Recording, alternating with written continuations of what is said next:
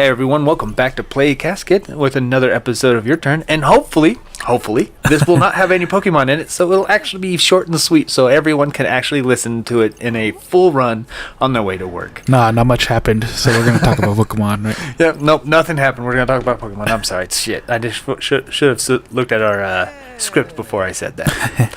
No, seriously, no Pokemon this time. Just nothing really came out of it, but the CES did come out.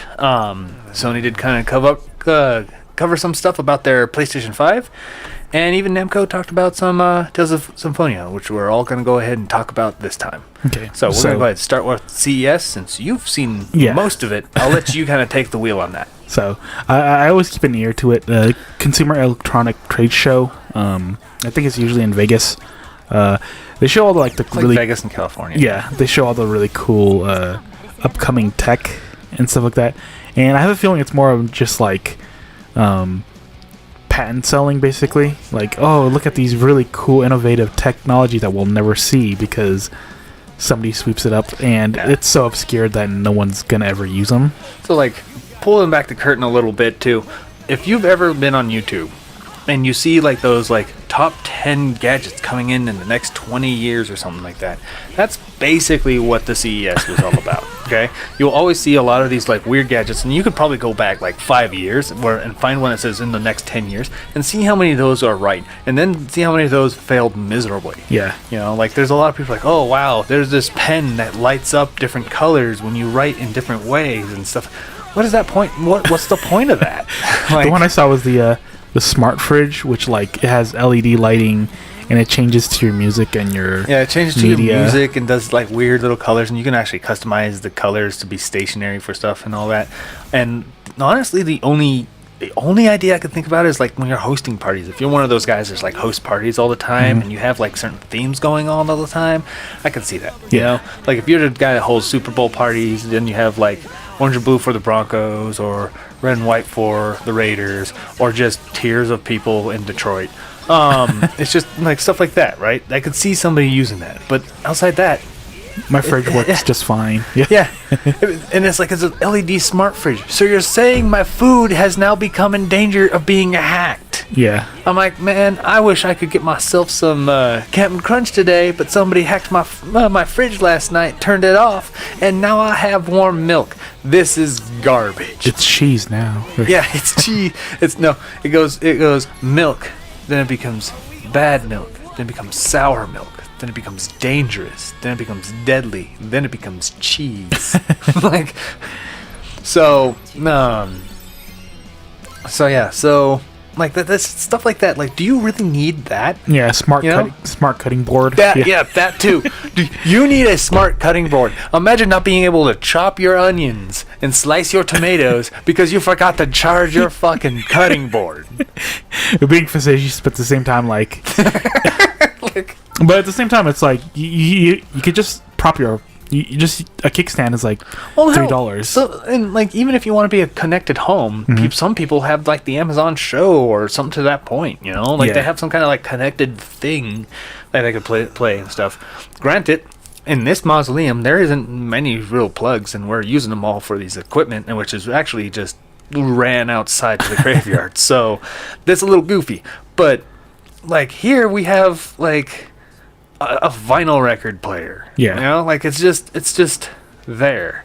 And that's all we like kind of listen to and stuff when we do this stuff. Smart mausoleums, that's going to be the future. Smart museums. I don't know. We'll think of a word. We'll do it, and we'll pioneer it, and then we'll be hosted on CES, and then you'll see us in another 20 years, and we didn't do jack shit for it because somebody in Bangladesh bought our whole system up, and we're like, we just made some money. We're now millionaires. We don't really need to do anything anymore.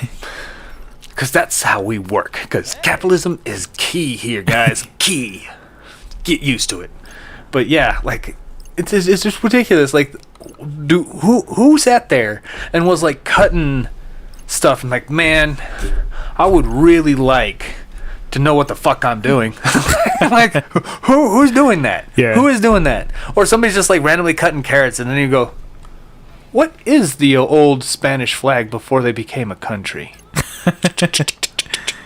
Yeah, I need to do that. Beep beep boop pop pop. You know, like that's dumb. That's dumb. You know, but there's so many. I think one of the most key ones from CES, which was many years ago, was the super flat TVs that you can practically roll up. Yeah. Right. Those were really cool, and I thought they were actually going to be part of the future, and I still think they're going to. I just don't think our tech's like ready for that. You know? Well, the issue is that like, what's the utility to it? Because right now it looks really cool and like I can't remember what it's called, but basically like it's more for airports and conventions. Yeah, I could see it being for airports and conventions for the most part. Like I could see like as far as that standard understandable utility, but when stuff starts to get smaller, because it has to be like 80. When I saw it, it had to still be about 80 inches or more. Mm-hmm. And most households don't really have like a broad enough space for something like that. But I'm pretty sure the technology will get small enough that when you think about it, are you really putting anything behind that fucking TV anyway? No. You know, like, so it's going to eventually just replace the whole TV and just gives you more space for your shelves and stuff like that. Yeah. Or maybe even make it more like, make a profile thing where you can just like open up a cupboard and there's that TV and the small shelves and stuff, and then you hide it and then it's like it looks like a hidden wall or something. Yeah. Like there's clever visual opportunity for that, but outside that, like it's gonna be basically a TV again. Yeah, you know? It's all experimental tech anyways. You know, but I thought that was like really cool, and I still think that would be. I still think it's like one of those future things for the TVs to move to. Yeah. You know, unlike curved, which I still think Samsung just was like melted a couple of TVs. Like, no, this was intended. Like, not everyone's Capcom, dude. You can't pull that off. Well, I mean, it's still experimental. I think they'll keep doing it until somebody finds a really cool use for it, and then they're like, "We're the pioneers for it." So yeah, and they go, "No, we did it first." Yeah, yeah. Back in my day, yeah, I can see that. I can definitely see that. And then they're gonna make that character black. They're gonna make it a Netflix channel, and they're gonna make a new series of Netflix called Netflix Flat. It's only for flat TVs, and people will just buy it up because it's stupid. But yeah, no, I think a lot of this is just like you said. I agree. A lot of it's like kind of just selling patents. So major companies are like, this is mine now, and just kind of sits on it forever. Yeah. Which, when you look at it, that's basically what E3 was for the longest time too. Like even back when the GameCube and stuff were still around, and like E3 was like at its peak. You know. Yeah. Like E3 now, like. It's really hard to even tell, and like the thing is, like there's several announcements that happen. Like everybody's focused on Ubisoft and EA and Nintendo and Sony, the big guys. Yeah, they're looking at all these big guys, but do you not know how many people are actually fucking there, like releasing their indie scene and being like a showcase and stuff? Rushdown Revolt plans on being there one of these days. You know, like that's you know they're a fighting game, video game, and they could be at FGC games and conventions, because words are hard.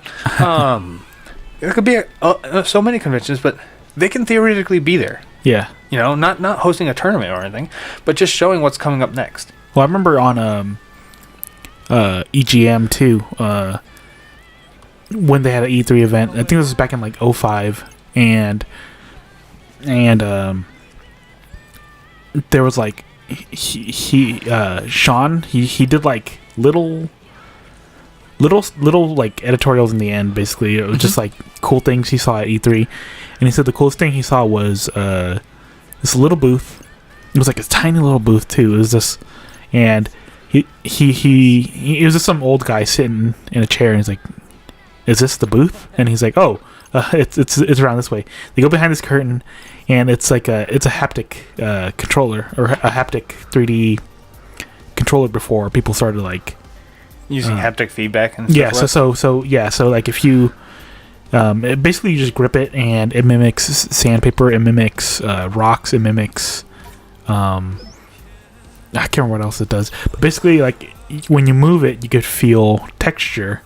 And I was like, whoa, this is so cool, because no one's ever done anything like that. So now we're seeing cooler stuff like this, but we'll see where VR goes. The haptic feedback for like the Joy-Cons and stuff, I think is really cool. I just wish that more companies did stuff with it, because 1-2 Switch, as much as it's just a a mini game thing. Mm-hmm. Like it did so cool. Like you could even feel like, I can't explain it, but you could still feel like the pressure of the milk coming through the udder when you're milking, and then like the box rolling thing. I'm like, what the hell? Yeah, I feel like there's actual like it was things like inside stuff it. that was inside the Joy-Con. It was kind of crazy. In fact, I still use it sometimes to play with a couple friends when we host stuff here at the Mausoleum, but most of them are still undead, so some of them can't feel anything. So, I just made myself sad. But speaking of usefulness, right?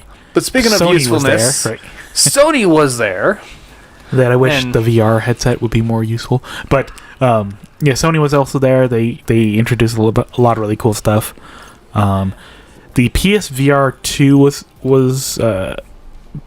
showcased there, I guess. Yeah, you could try it out too and everything. Yeah, they were showing it off. They're kind of showcasing it and stuff. Yeah, they said 30 games will be available for launch, which I think is cool. But at the same time, like, give us something. I would say give us more than just a VR headset, because no one's. You're not gonna like, unless you got crazy buku money. You're not gonna buy like a $500 headset with a $500 console and buy all 30 games. You're gonna be stuck with one. Yeah, and even then, like, look at all the games that they're trying to offer too. A lot of them's been the same games that Oculus has been doing for years. They've been doing with VR1 for years. They've been doing, like, even Samsung's been doing their VR headset for years. Like, it's all the same stuff. And because like you're stationary and you're shooting at things, and then you have 360. Like, give us something more than just a tech demo, I think. Yeah, and I think the problem is a lot of people who are buying this stuff don't have that type of space. Like, if you look at some of the booths, like, look how distant they are from each one and each other. Well, because they want people to kind of walk around a little bit while they're exploring this new VR system. Oh, okay. And on top of that, there's people out there that can't, see stuff properly. Either they're legally blind in some eyes, or they have a very strong stigmatism and stuff like that, which VR does not work with. Yeah. And so you start having those things, and you're like, oh, well, we should have, more accessible VR. Well, the problem is VR uses the idea that your eyes work to some capacity to give you depth perception. And you could stand, and you can use both arms. Yeah. It's like there's a lot of limitations with the VR, which I don't think a lot of companies are going to try to find a quote-unquote answer to, because of how much money it would sink them. It's just easier to release it as this and then go from there.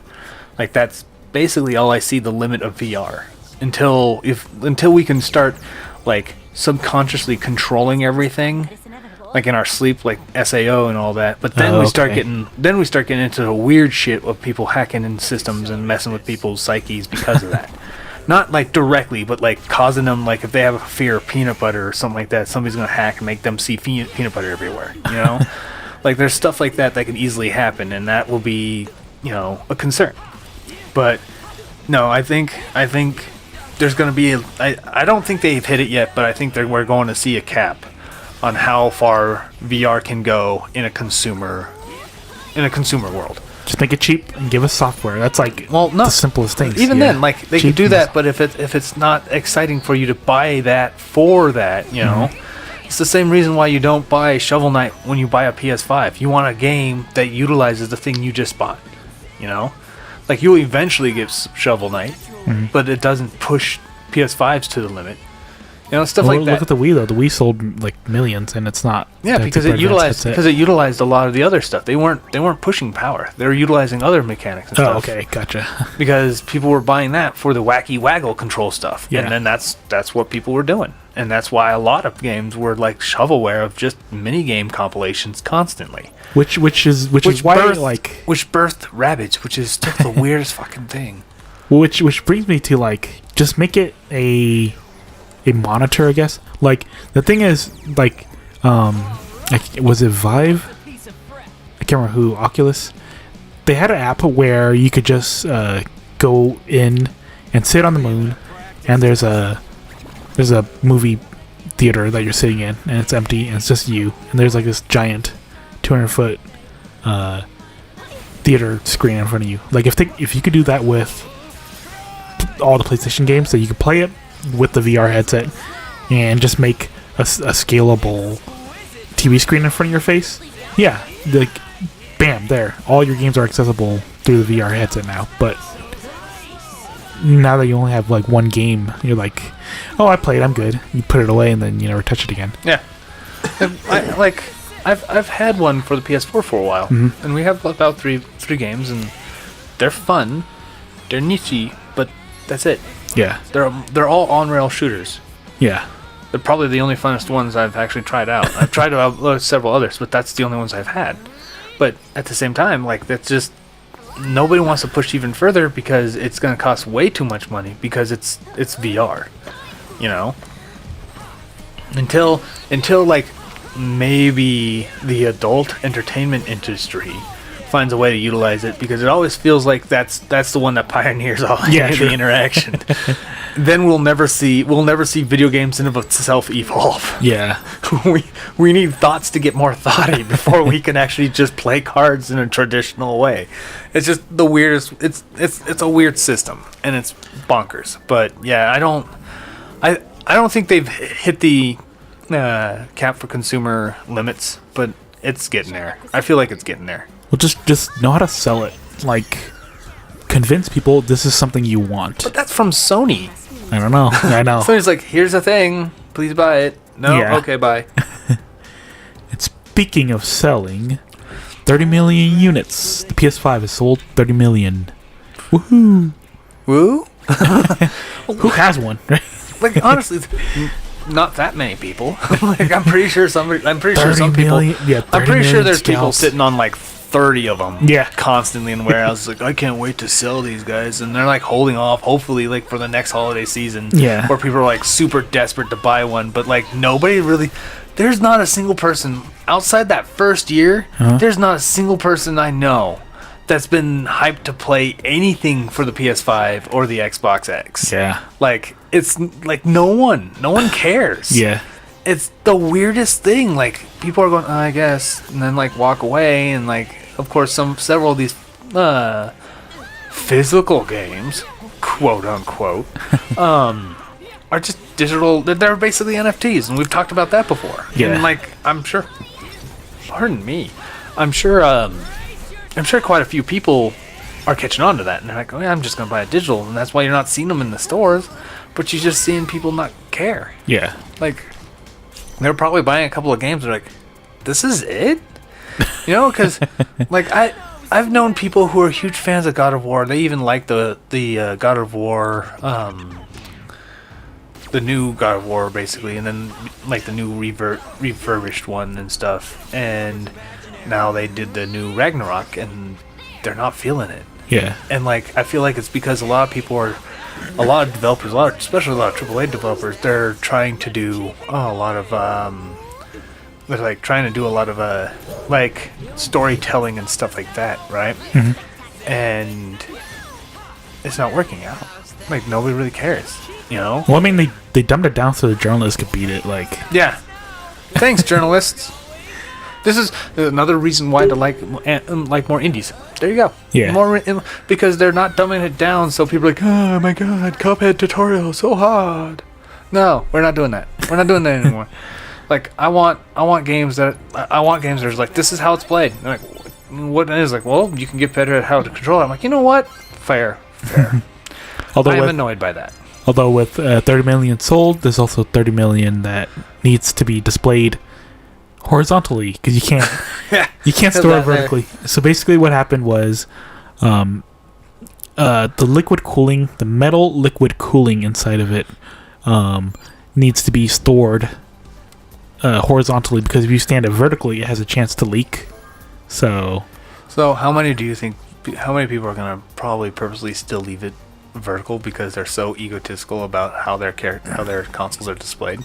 Damn, I don't know. They're going to just like claim that they're the victim because they start leaking, even though Sony just said, hey, look, you guys might want to reconsider, you know? like and what's really going to be funny, because there's some art companies that made custom like PS5s while they're standing. Yeah. And there's like no way to put it on the side anymore. Shit. Like, that's gonna be so bad. They're like, oh my god, my thing looks like it's lava. And it's because it's overheating now. Well, I mean, for the most part, like, I think I think it just has issues staying awake. So, because the issue that they're having is that if the liquid cooling spills out of the enclosement, it can destroy the motherboard. But on top of that, I think that one of the main issues right now is because the liquid cooling slides downwards, it leaves gaps, so it runs it hot. So your system will run for like 20 minutes and then it shuts off, and you're like cleaning it, and you're like, well, the ventilation's good. You turn it back on and runs for 20 minutes and turns off because there's gaps in your cooling, like your thermals. Wow. So yeah, you gotta send that in and get it fixed. Wow. Yeah. So dude, I swear to God, Sony is not catching a single break this generation. Like, when the last time Nintendo had to struggle this hard with their console, it was all on them just fucking up advertisement and stuff. Yeah. The GameCube struggled really hard, and then they made the Wii U, which nobody really understood, you know? I thought, but both systems were very solid systems. Yeah. But Sony can't even get their fucking console right. But at the same time, it's really funny because I'm pretty sure some people are looking at, and there's probably some people out there that are starting to like read reviews and stuff that the PS2s are starting to like fail. Yeah. Like they're rapidly increasing in failure rate just because their technology is just old and it's just wearing out. But the GameCube's still holding strong. Like, what are we supposed to do about that? Yeah. You know? And it kind of blows the mind. But, you know, hopefully somebody like Retron or something is going to make that disc reading one that can read PS2 games and everything will be fine again. Yeah. But till then, it's sad. It's sad to literally watch this type of stuff kind of slowly erode. It's kind of really bad. And it's all on Sony. It's just weird. Like how... And Sony hemorrhages money. Yeah. Everywhere else but their game industry. And they're doing this. Like, this is what the power pissing contest does. Like, that's just... I'm not going to try to go on another 40-minute rant because we're probably already hitting beyond that right now. We're going to try to keep it short and sweet.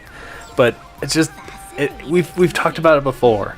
That this is the power pacing contest just... It destroys. Yeah. It's now destroying the Titans. It destroyed Sega, too, because they were trying to push it. And then Sony crushed them, and now Sony's doing whatever their nonsense is, and Microsoft's crushing Sony, and like it's a whole thing. It is tragic, man. Yeah. It is tragic. But, yeah. Put your PS5s on the sides, guys. PS sides. They should. I could see that being a marketing angle. You're welcome. Now give me money, Sony. I know probably don't have any. We'll see what they do with a slimmer version. I don't think they can. Like technology wise, like they're just so capped out. They can't reduce it yet, and for another year or two. Yeah, true. But you know, they'll probably make like they'll probably be kind of like the 64, where they'll make something that's a more of a weirdly unique design, but it's like a way in order to like dissipate heat and have their coolant system run a different way. Yeah. And they won't tell you that, but they'll say like it's a new design, it's supposed to be sleeker and this and that. And you're gonna be like, why does it lumpy? And it's because of that. Like I feel like that's the path they're gonna go, and I feel like that's where they're gonna pull it. And they'll probably even play it with angles that say, play your games longer, better, and faster with the new PS5X.